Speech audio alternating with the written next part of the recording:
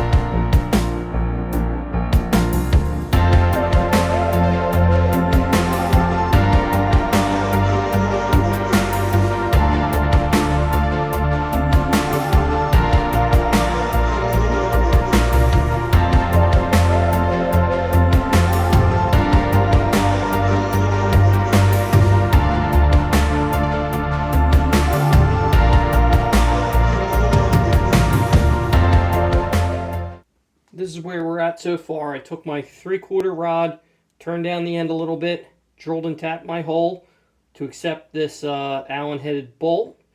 Then we have our clamp faces. These I drilled and recessed so that the head will be underneath. And the way this is going to go, it's going to thread right into here.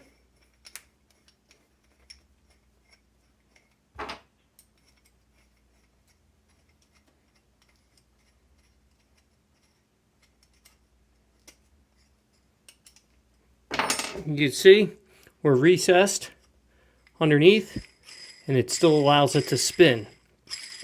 One thing I think I'm going to have to do, I was just going to try to Loctite, but I think what I'll do is I will drill and tap a small hole here and put a set screw to lock the bolt in place. This way, when you're clamping against the log, it won't back the screw out or tighten the screw.